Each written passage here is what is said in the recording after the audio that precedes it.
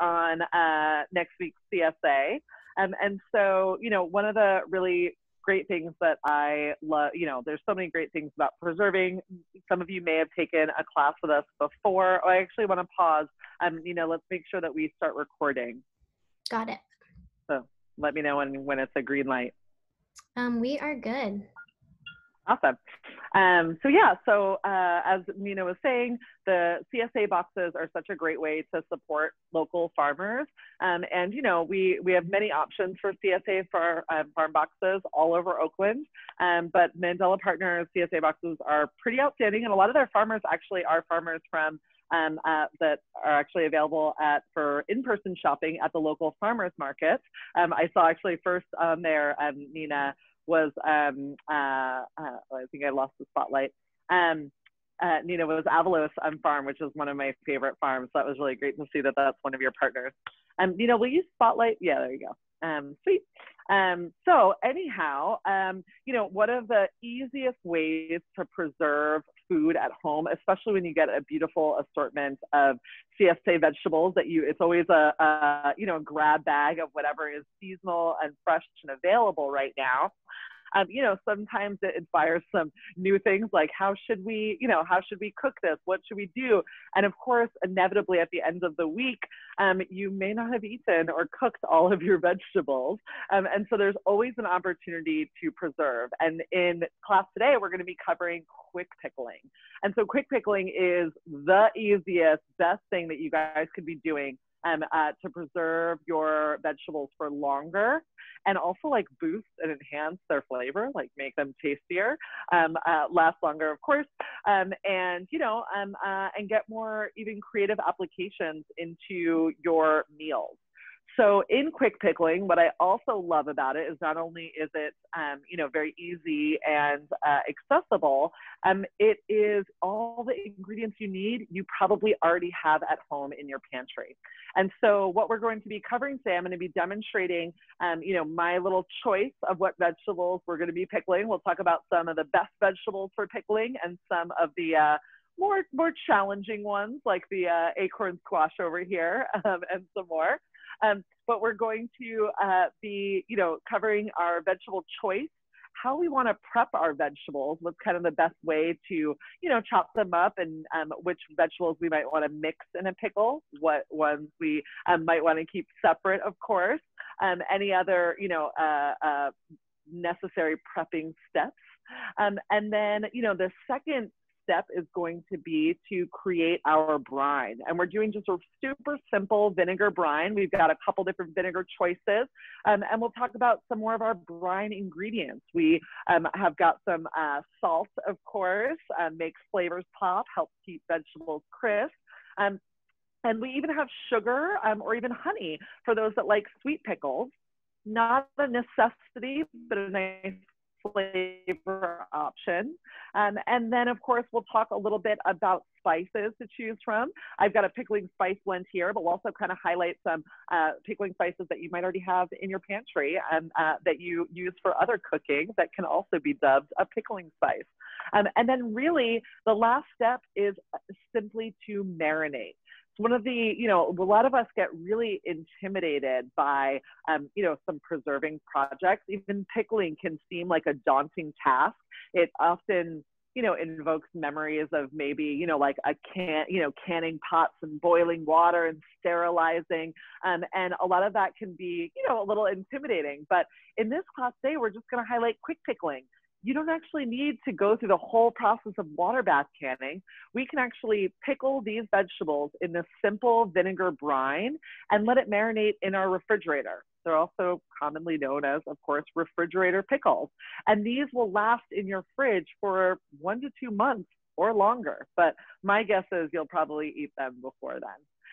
So without further ado, we are going to dive right in. I want to highlight that while we're not going to break for questions throughout this class, I hope to answer all of your questions that are coming on the brain as we move through. But at the end of class, we'll hopefully be able to answer a handful of questions at the end. So anything that I don't cover.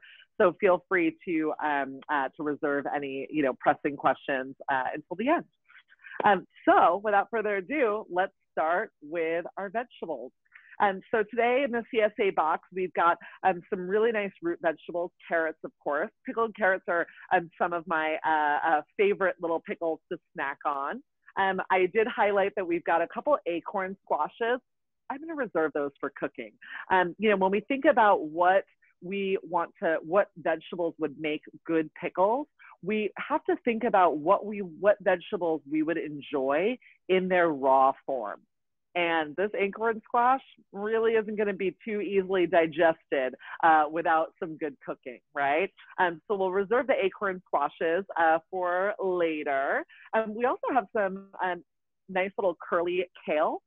Kale is, in I'll say the leafy greens category, and generally leafy greens don't really pickle that well. So these also I'm going to reserve for maybe a kale salad, or of course steamed, some type of steamed kale or sauteed, etc. So this is other ones that I'm going to just set aside for not so ideal pickling.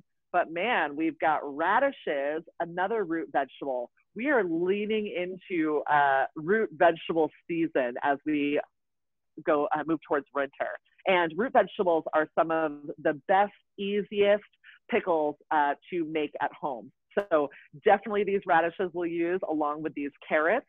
In the coming months, I'm sure we'll see popping up in the CSA boxes here other different types of radishes. We've got watermelon radishes, daikon radishes.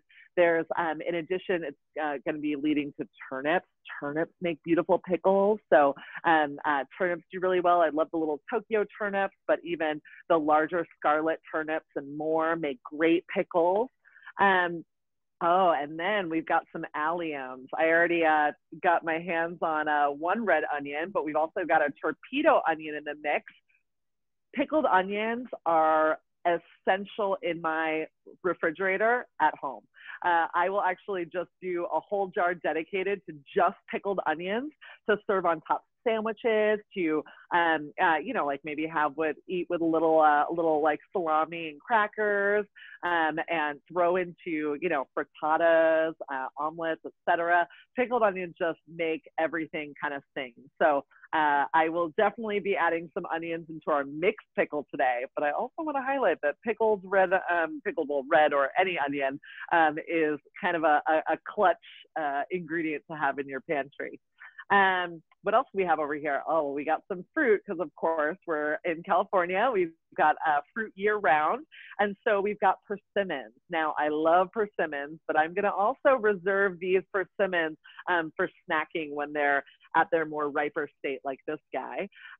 So these we won't pickle right away, but persimmons fruit you actually can pickle. I've never pickled persimmons myself, the Fuyu varietal, which is here, but I might play around with it. My rule of thumb generally for pickling fruit is that we want to actually choose fruit that is that it has a slightly firmer fresh and actually a couple days before ripeness. Now, I don't really know how persimmons will really pickle, but using those guidelines, I might experiment with this on my own, but I'll peel the exterior, which is a little tougher, and I will make sure to add them in a brine when they're still not quite at that soft ripeness, because we like a crunchy pickle. We don't want a nice, mushy, soft, fruit pickle.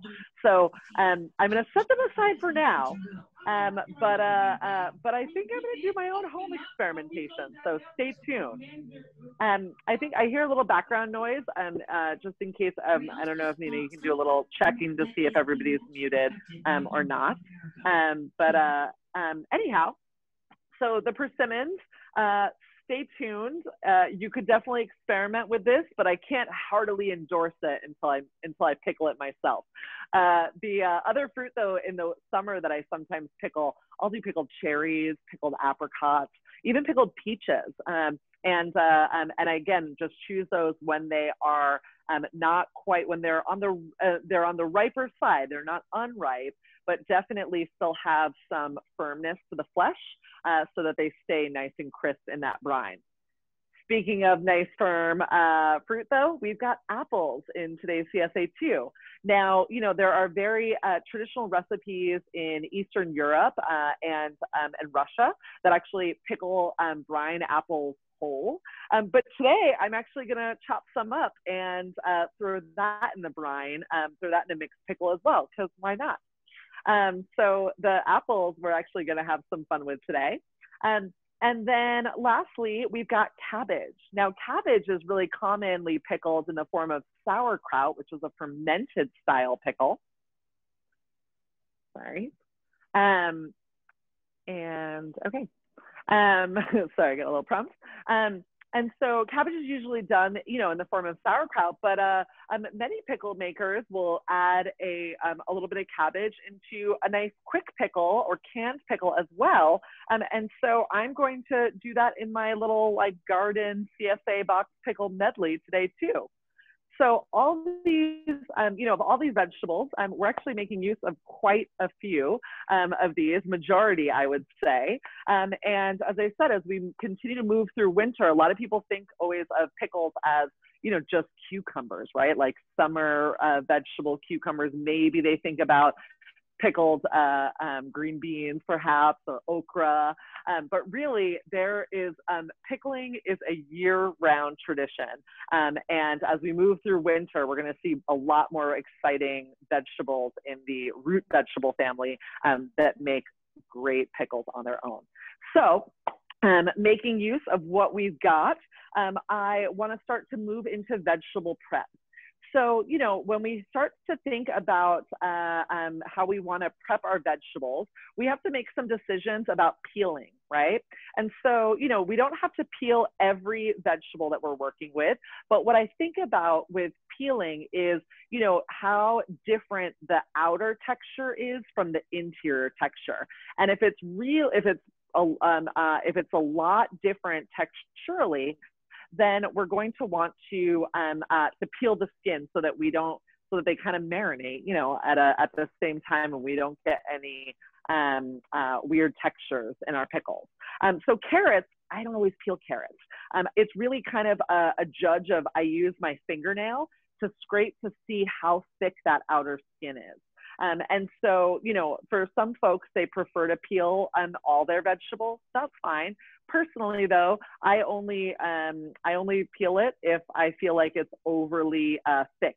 So as we move into winter, carrots will get a much thicker, denser skin, and they will require peeling. These guys are so big that I also did choose to peel these. So, you know, just a simple veggie peeler, potato peeler, whatever, will get that tough skin off.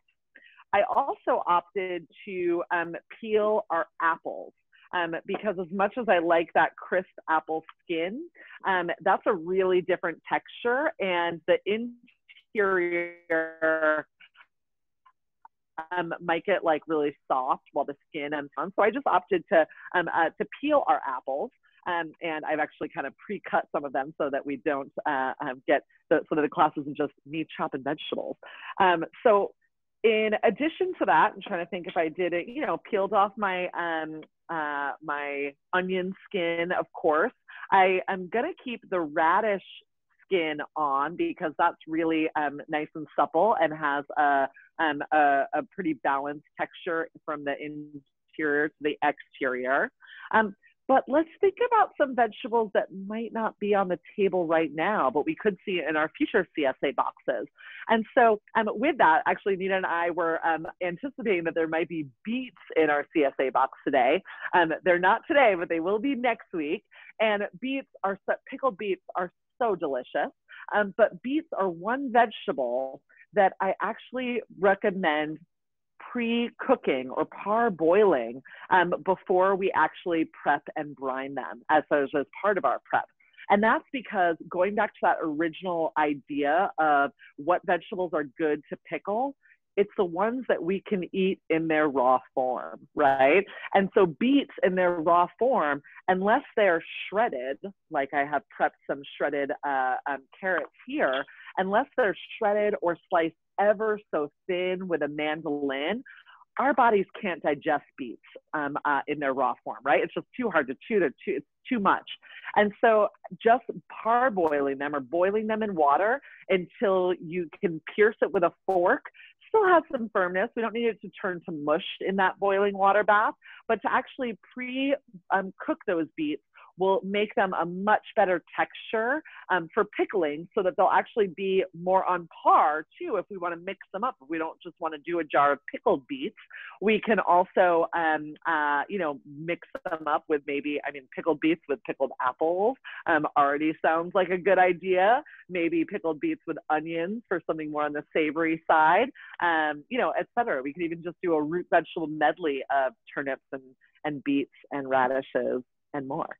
So lots of ideas there, but I always like to bring up beets because it is such a delicious pickle, but it does kind of break the norm where everything else we're actually going to work with in their raw form, whereas beets we definitely want to pre-cook.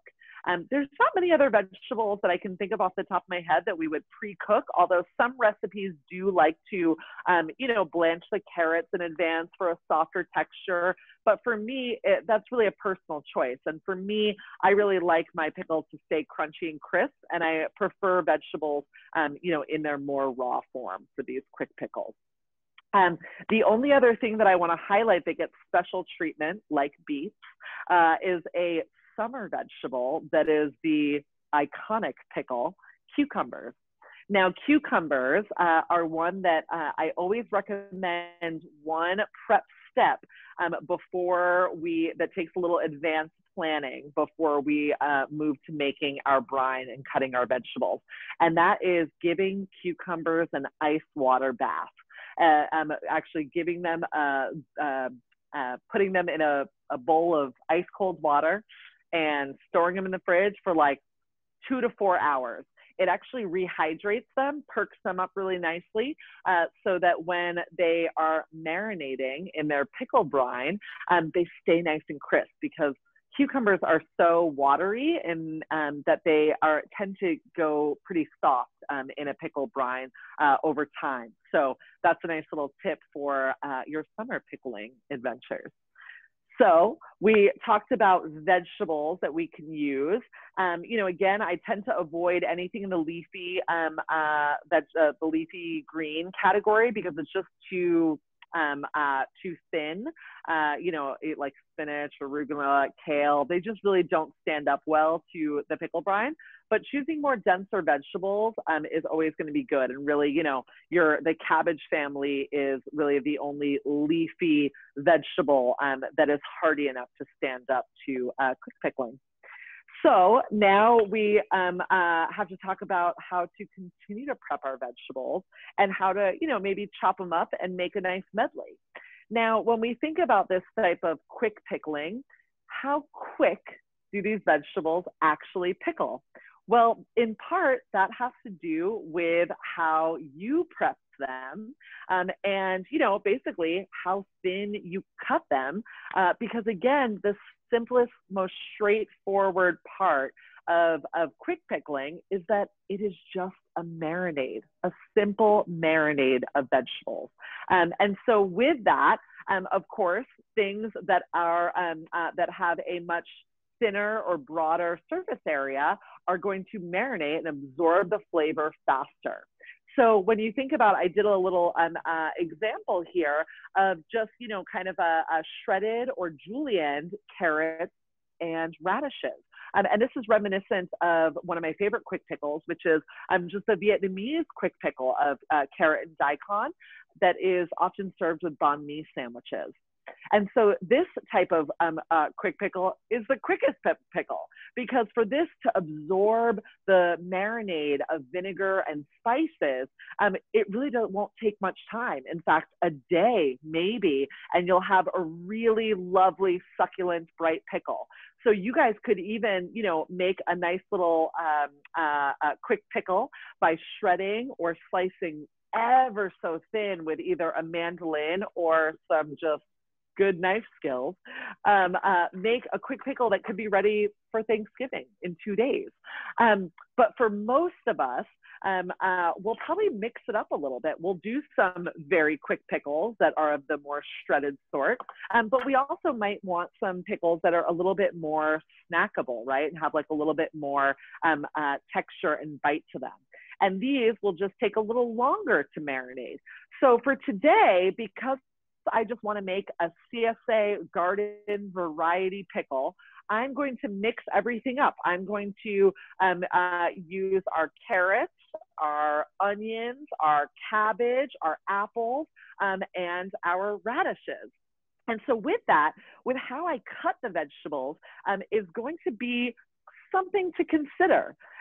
Here, we want to consider the density of our vegetables and how quickly they might marinate all together.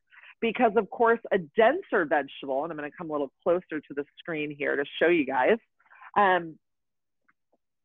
a denser vegetable like a carrot is going to take a lot longer to marinate than, say, this thin little cabbage slice or this thin little onion slice or this chunkier apple.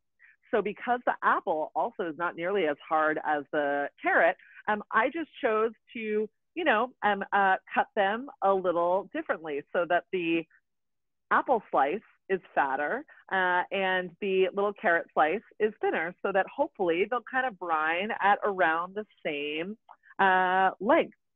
So with that in mind, oh, and can't forget the radish. I made the radishes kind of chunky too, like the apple, because they actually do have kind of a similar texture. And so my hope is that these will brine and marinate together so that they will probably be kind of at their peak flavor in, my guess would be about a week, maybe a little less. But the thing that we can do is we can actually taste it along the way because it's just a simple quick pickle. So whatever kind of pickled medley you want to do, just think about how these vegetables might brine at different rates and try to make your cuts appropriate. The other thing I always like to mention, we all love a snackable pickle. So when you are cutting up your vegetables, you also want to make sure that they're in snackable bites and not, a big old hunk of something that you might not want to eat in such a pretty bite. So we've got our vegetable kind of prepped down.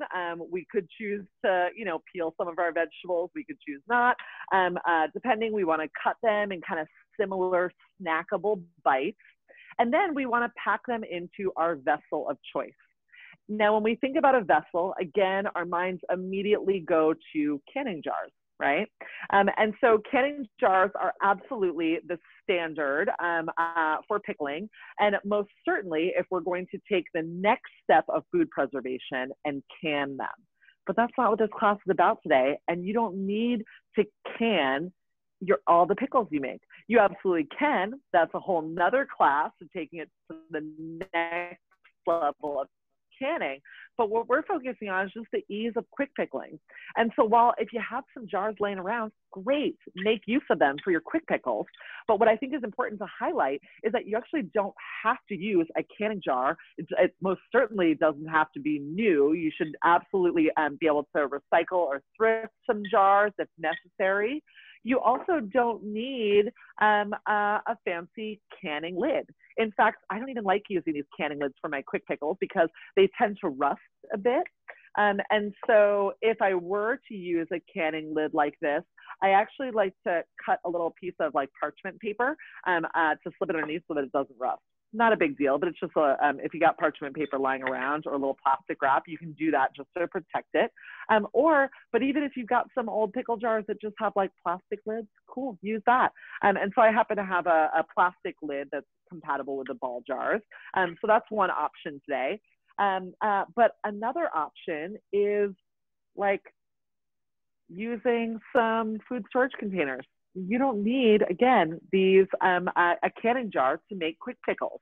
So if you've got some Tupperware, food storage, etc. I personally prefer glass because glass is non-reactive, and so it won't react with the acids or the vinegar in that, the same way that that metal will react. That's why. You know, so glass storage containers work great, but use what you got. Even if you've just got like a mixing bowl that isn't being used, you can pickle in that and just throw a little cloth cover on top.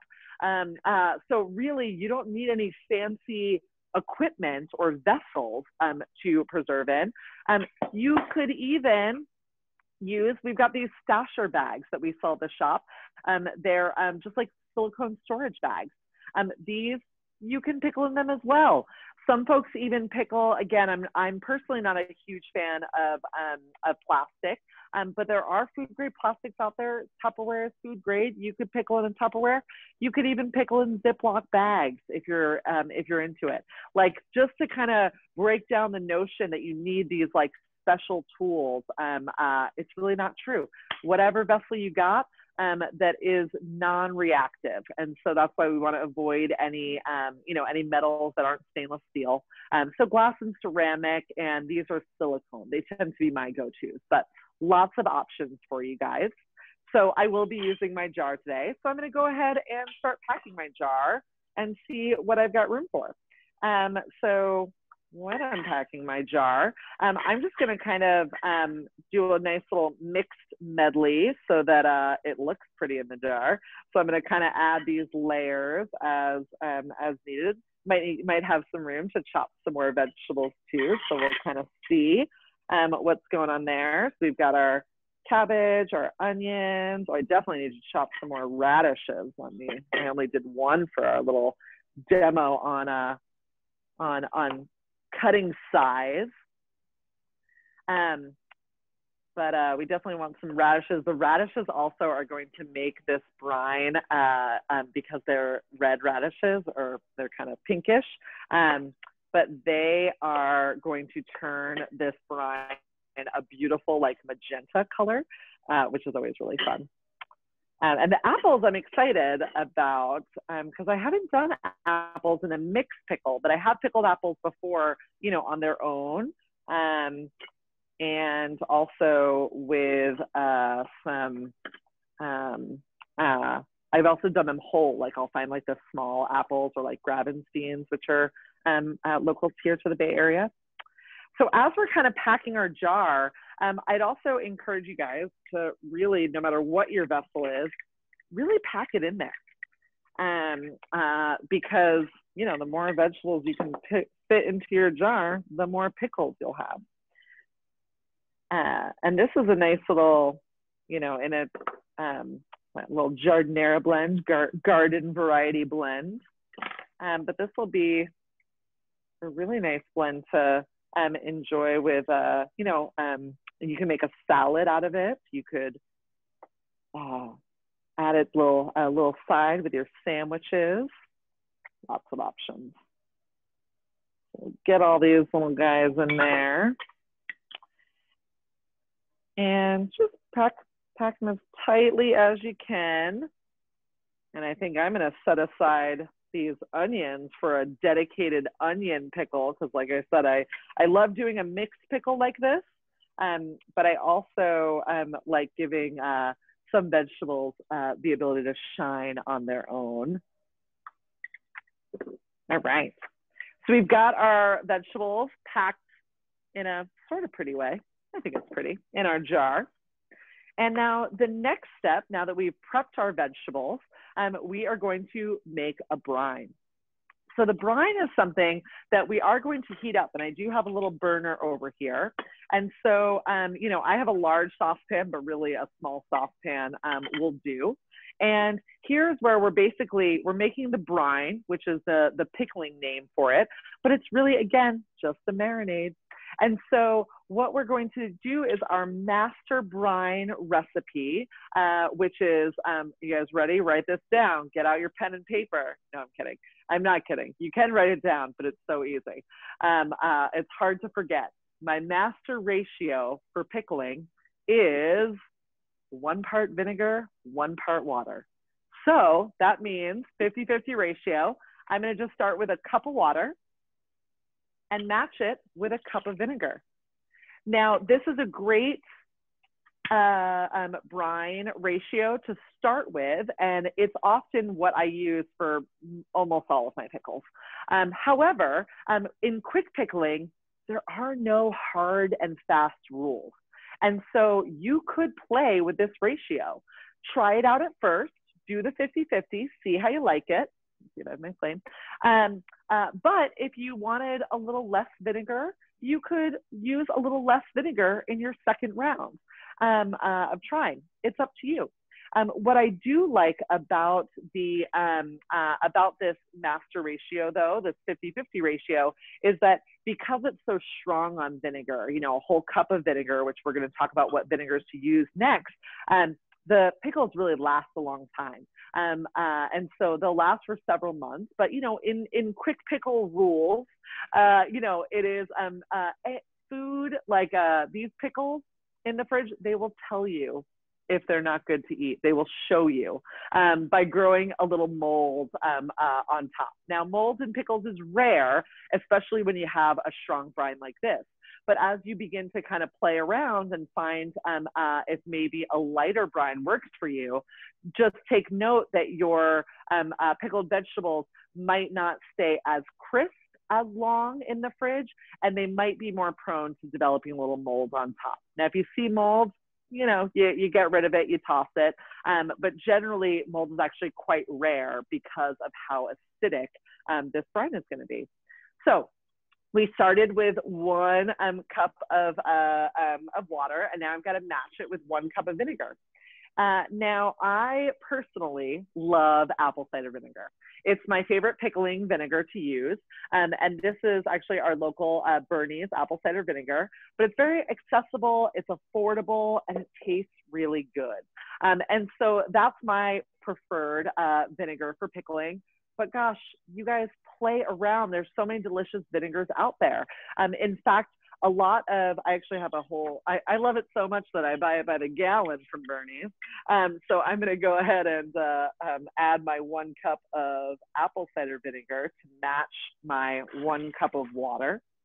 But you'll also note that I have another big old gallon here of just a plain old distilled white vinegar. This also is a great pickling vinegar.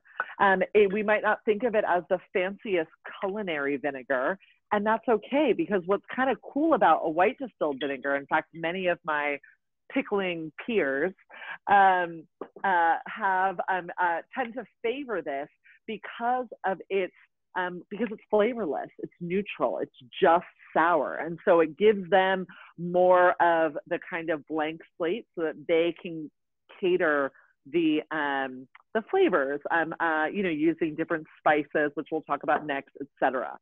Now, for me, though, I personally prefer apple cider vinegar over the white distilled vinegar, just because I like the flavor that the apple cider vinegar brings. It has a little sweetness, a little fruitiness, so I definitely enjoy it. Now, I could fill this table with so many other vinegar options. And so don't limit yourself to these 2 choices. There's white wine vinegars out there. There's red wine vinegars. I actually often like using red wine vinegar for those onions that I keep in the fridge. So red wine vinegar might not be as versatile, but it definitely has a purpose. And I always use it for my onions. But the other, I mean, there's sherry vinegar, there's rice wine vinegar. Rice wine, I would have to say, would probably be my next favorite after apple cider vinegar, because again, similar to apple cider vinegar, it's got just that little bit of sweet flavor that just has a little bit more going on. So rice wine vinegar is another fun one. So really any vinegar that you've got on your shelf can be used for pickling. The only exception I would highlight is balsamic vinegar. Now, you can use balsamic vinegar, don't get me wrong, but it's actually not that sour. It's not as the same vinegar strength as you know, your other traditional vinegars. And so usually I would combine my balsamic vinegar with another vinegar base. so that I would think of the balsamic more as a flavoring than my base vinegar. So for example, if I were using a balsamic vinegar today, I would do, still almost a full cup of another main vinegar of choice and just add a couple tablespoons of balsamic for flavor. So that's something to consider. But again, you could play around with that. As I said, there really are no hard and fast rules. So if you wanted to go all balsamic, it'll probably cost you a little bit to do a whole cup of balsamic in the brine. And it'll definitely be a sweeter, less sour pickle. But hey, if that's something you want to check it out. So now, of course, I've got my my vinegar in here, and I'm just giving it a little heat up. I'm going to let it come to a simmer. And then we have to talk about our other seasonings for our brine. So first and foremost, I got my salt right here. We've got our salt. Now, with this basic brine recipe, we have, we use for every cup of, for this 1 cup of water, 1 cup of vinegar, we're going to do 1 tablespoon of salt. Now, this is all on our recipe on our website. And we'll make sure, actually, when we post this video, that we'll add a link to our the Preserved website recipe. We call it the You Can Pickle That recipe. So we're going to go ahead and add that 1 tablespoon of salt and give it a little stir so that it dissolves. And again, if you find your pickles when you go to eat them are a little too salty for you, you can use a little less salt. Again, no hard and fast rules here. But this is the amount of salt that I like because I find that it helps really boost the flavor of our quart jar of pickles. So we've got our salt in here. And then we could choose to add a sweetener, honey, sugar, even, agave, coconut sugar. Quick pickles don't need to follow any of the traditional canning guidelines because they're just going in your fridge. So really you can use whatever type of sweetener you want if you like a sweet pickle. But if you don't like a sweet pickle, don't add any sugar. But it is nice to consider, some of us, especially, if you've got kids, they might like a little sweetness with their sour. And so something as small as just a teaspoon of sugar or honey would be a nice place to start if you want to just kind of take edge a little sweetness with a sour, and up to, a tablespoon or more. I would rarely go with more because we get enough sugar everywhere else in our life. So I'm personally going to skip the sugar here because I'm all about the sour, and the apple cider vinegar gives me enough sweetness. So now my, my brine mixture is coming to a simmer, but we want to add some spices. Now, spices are optional at this point, but they definitely, a good pickling spice, which we have a number of them here. This is actually just our classic pickling spice that we have, which is, similar to what you would find in the grocery store for a pickling spice blend, but it's mixed for us from our friends at Oaktown Spice Shop. And it's kind of my little secret recipe for pickling. And so I'm just going to read you a handful of the ingredients so you can start to think of what spices you might already have in your cabinet that are actually commonly found in a pickling blend. So we do have some aromatics in here. We've got cinnamon, we've got bay leaves, mustard seed. Mustard seed is a very classic flavor in a pickle. It is just that little taste of mustard is very signature in that kind of pickle flavor. We've got black peppercorns. Most of us have black peppercorns in our little pepper grinder, so that's a great spice too. We've got celery seed. This is where, not sure how many of you guys have celery seed in your spice cabinet, but that is one of my favorite pickling spices that are harder to find. So it's one of my secret ingredients in this blend. Coriander, allspice, chili flakes. You always have to have a little bit of spice.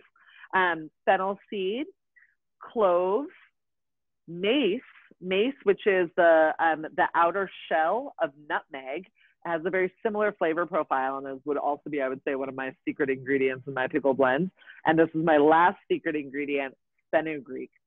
Now, do you guys have all those spices in your pantry? No, that's okay. And maybe your pickling spice blend from the grocery store, only has a handful of those pickling spices. That's great. But let's say you have no pickling spices, and you still want to make some pickles.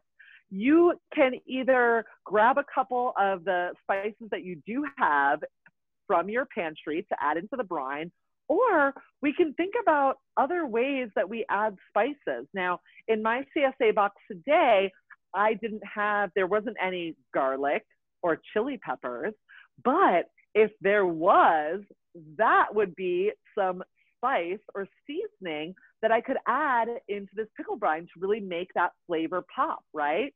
So if I had, jalapeno, whatever, garlic cloves, that is, garlic always makes pickles better.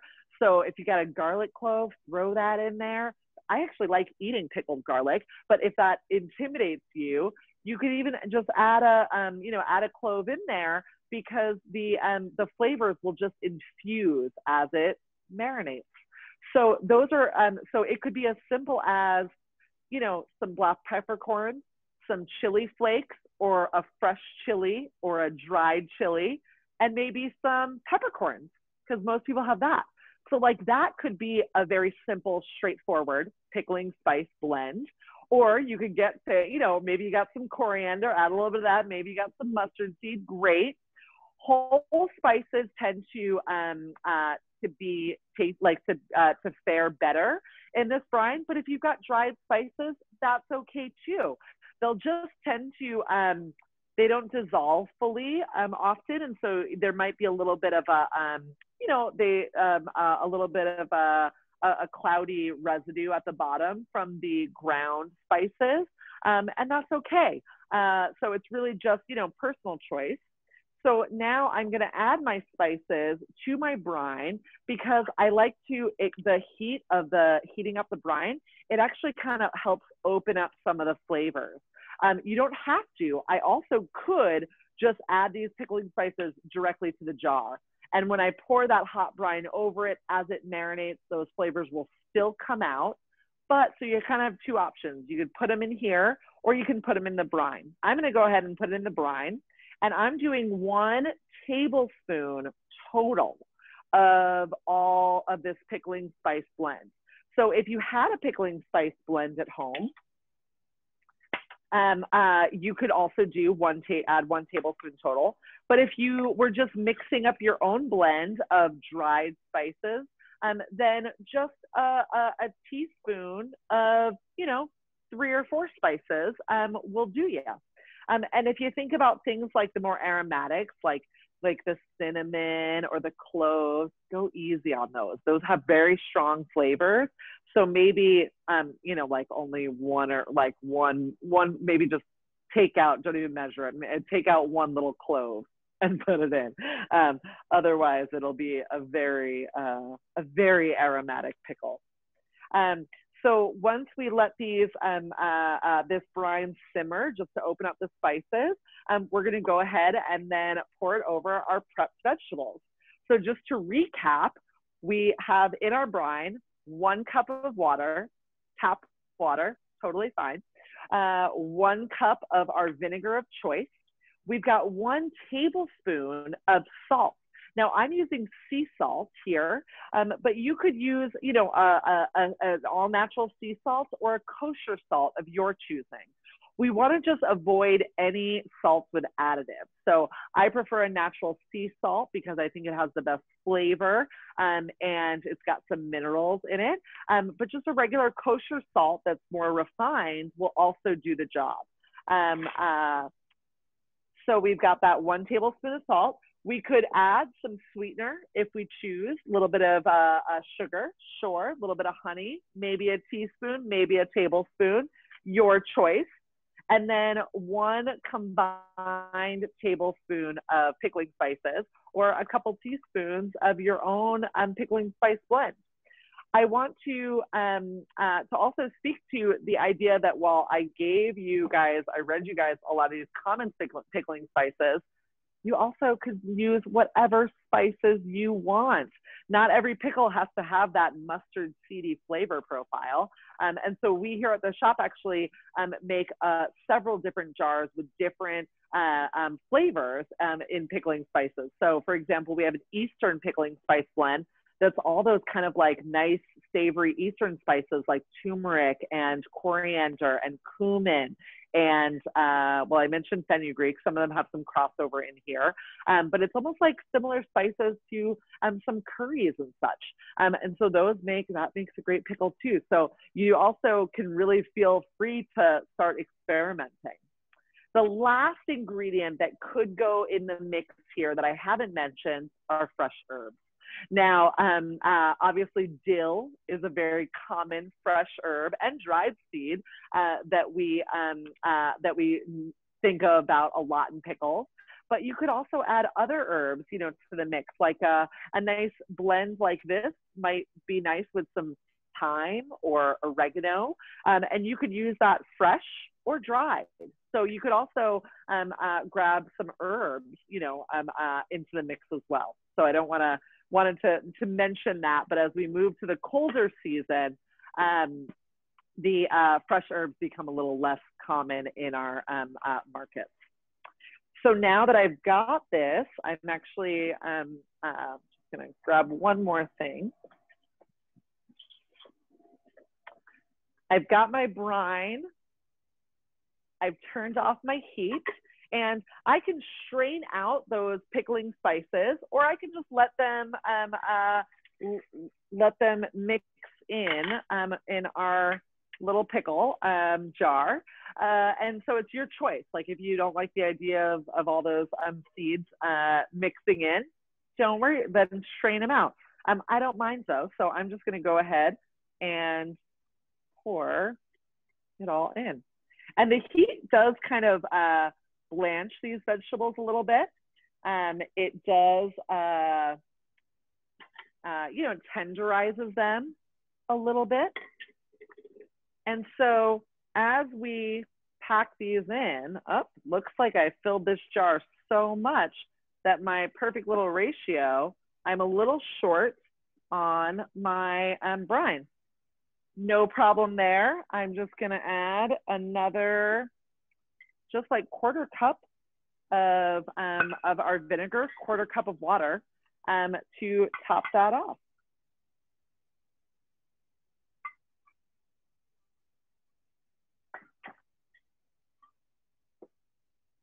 I can reheat this, of course, but again, quick pickle, you don't have to heat the vinegar. It's just nice to kind of open up the spices a little bit, and again, kind of like do a quick little heat to the vegetables. But just for the purposes of this class, I'm not going to reheat it, just because I just want these pickles to be nice and submerged. So now I've got enough brine that rises to the top of my jar. And so as that, you know, I'm just kind of tucking those vegetables in, but fortunately, even if a couple of them are kind of bobbing out of the brine, unlike fermented vegetables, these quick pickles don't need to be fully submerged because they're just going in the fridge right now. So I, again, have just like a little plastic lid on top. I could just use a canning lid. Just be careful, it will rust. It's gonna kind of, your lids will deteriorate over time as you eat your pickles out of there. But now that I've got my prepped veggies, brine done, pour them over, it is time to marinate. And here, they just go straight into the refrigerator where they will keep for several months and will be ready to eat sometime in the next week. How do we know when they're ready? Get in there and taste along the way. As I mentioned, this is just a simple marinade. And so go ahead and try them day 1, day 2, day 3. You'll notice that they go from, you know, tasting very much like they're like the raw vegetables dipped in vinegar to a full marinated, fully mature pickle.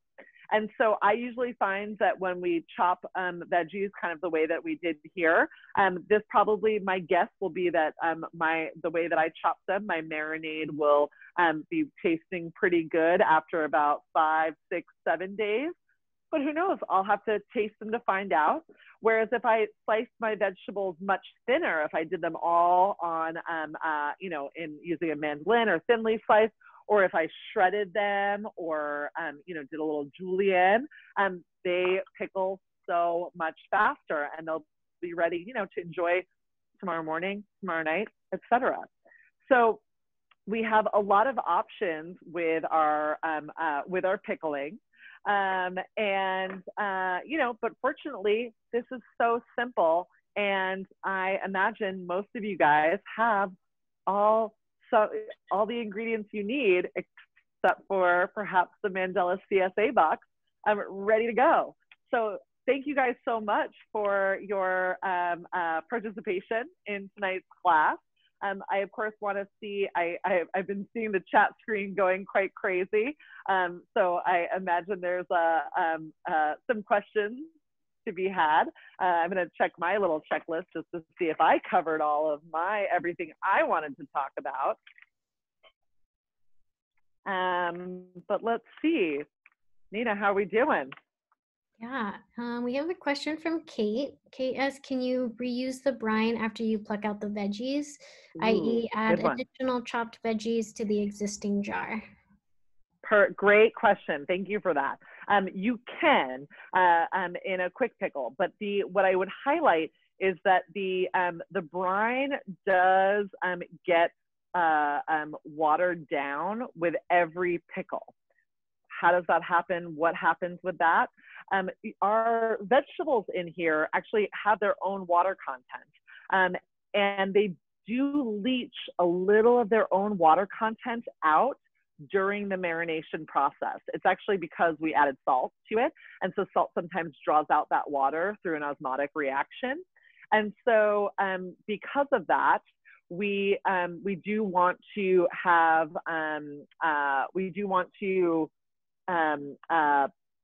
be mindful that the brine strength will be a little off. So I would usually say, like, I will reuse the brine once. I'll taste it, like it's, again, there's preserving the pickling, there's nothing to be scared of here, guys. And so, taste the brine. If you think it could add, if you think it's a little not as sour tasting as, as it was before, you could add a couple tablespoons of vinegar just to kind of like boost up that brine. But I would say you could easily reuse it once with good success. Beyond that, you'll really want to add more vinegar. I don't have a perfect ratio of recommendations. I do it a little bit more intuitively because, again, these aren't risky in the way that canning pickles invites more risk into the equation. That's where we start worrying about, we got to sterilize everything. We've got, we have to really pay attention to our brine strength and how acidic the vegetables are to avoid the dreaded B word, botulism. Botulism is, it is a toxin that's released from a bacteria, but that it's only a risk actually in canned goods that have been vacuum, basically that create a vacuum seal through canning. So it's in the absence of oxygen. And in a low acidic environment, the botulism is a risk. So quick pickling, not a risk, but that is, that's where brine strength becomes a little bit more restrictive. I think we have time for maybe 2 more questions. Somebody asked, for peeling the beets, should that be done before or after boiling? Oh gosh, good question. Depends on your preferred method for peeling. I tend to, I find that I'm a pretty lazy, I always call myself a lazy fermenter, but I'm a lazy cook. And so I like to cut corners where I can. So if the skin is easy, is reasonably easy to peel raw, I'll actually peel them raw and then cut them into the size, the bite-sized pickle bites that I aspire to, right? The way that I prep that. And then I actually will boil them in their smaller bites, because then they cook so much faster, right? But you could also, boil them with the skin on, but then you have to wait for them obviously to cool down quite a bit before you can peel them. You could also roast, roast the beets without oil, in just like a little tin foil or aluminum foil. And that, like, without oil, because the oil is, you could have a little bit of oil in here, but it's not that desirable. But that, if I were to roast the beets in tin foil, I leave the skin on because it's super easy to peel off when you have them in the tin foil. So good question, but no real rules, whatever like works for you. And the last question is, depending on like the type of salt, I guess, is there, should you be adding more salt for different types? Different types of salt change how much to add to the brine.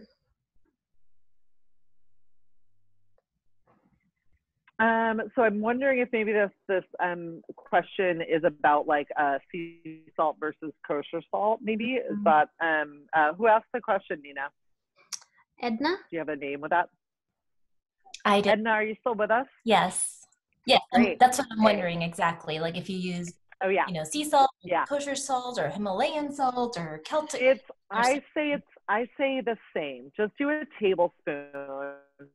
However, to your point, different salts do have different salinities.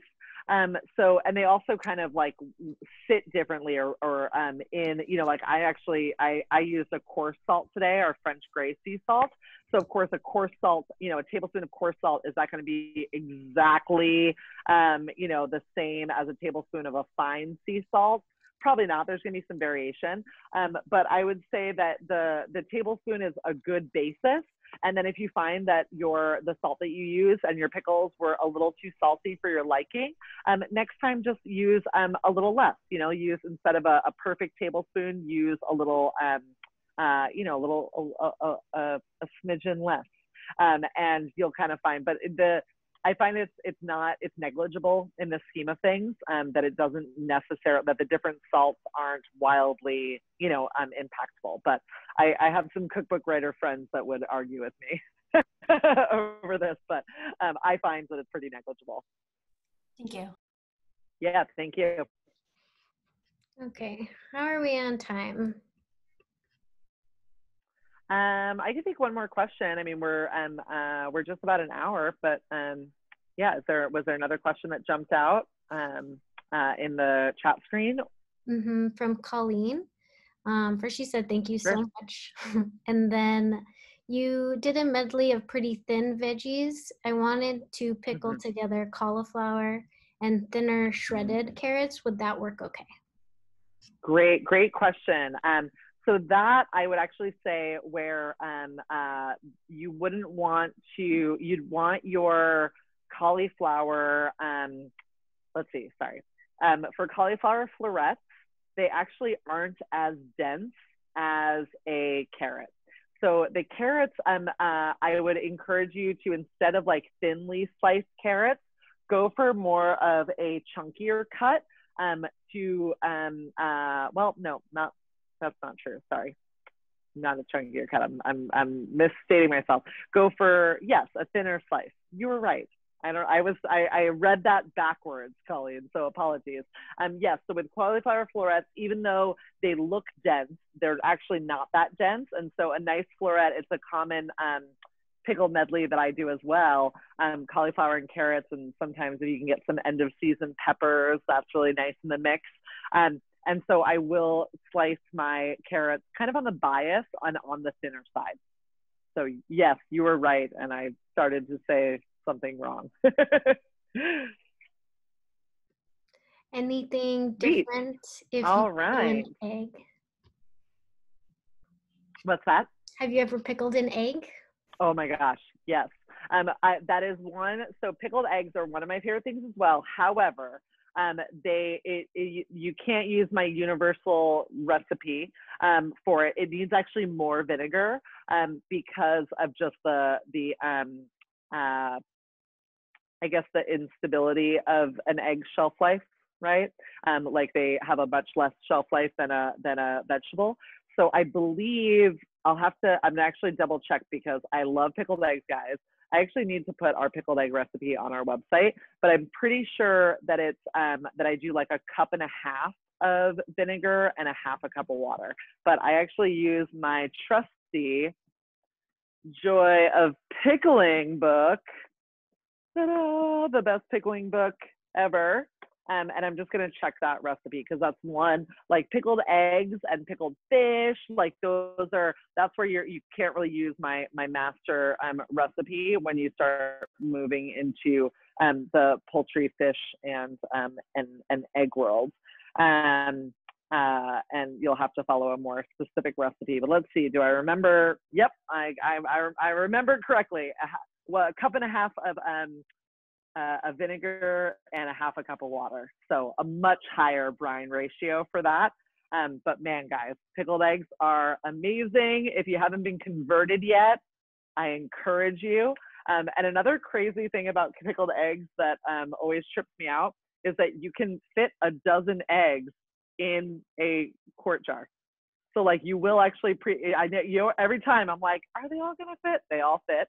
And so you just would pre-boil them to I like a slightly soft boil. So I like the egg yolks to not be overly cooked. So that it's like yellow. I like it when it's a little orangey.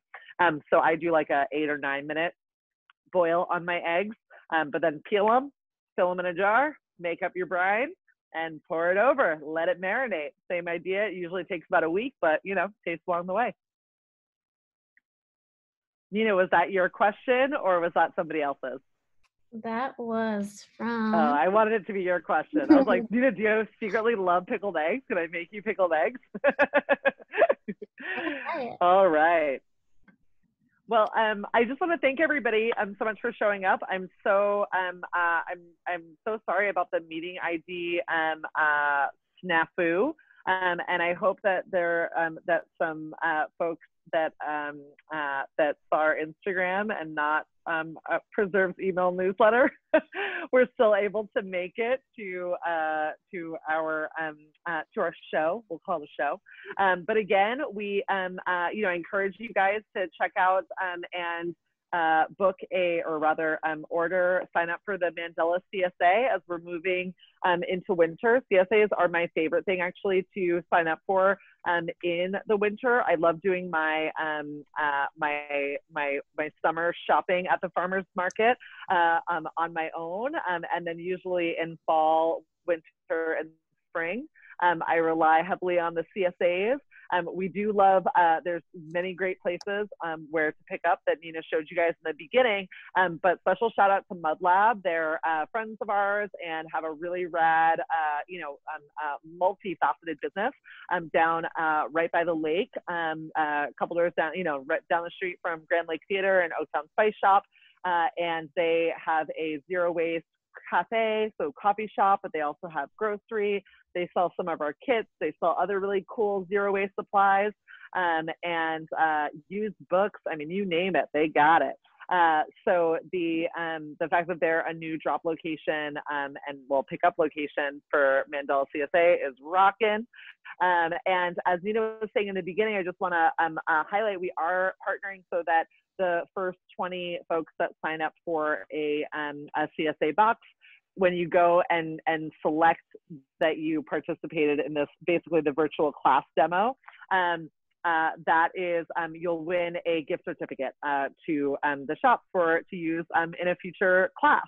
So it's basically a 50% off a gift certificate to one of our future classes, which usually costs money. So sign up today, join your community, support your community, and all the community farms that do. I'm really glad also that sorry to keep you guys on the soapbox, But I'm really glad that Nina highlighted too how much farms are struggling this year. You know, we don't think about all the different ways that the pandemic has hit every aspect of the distribution chain.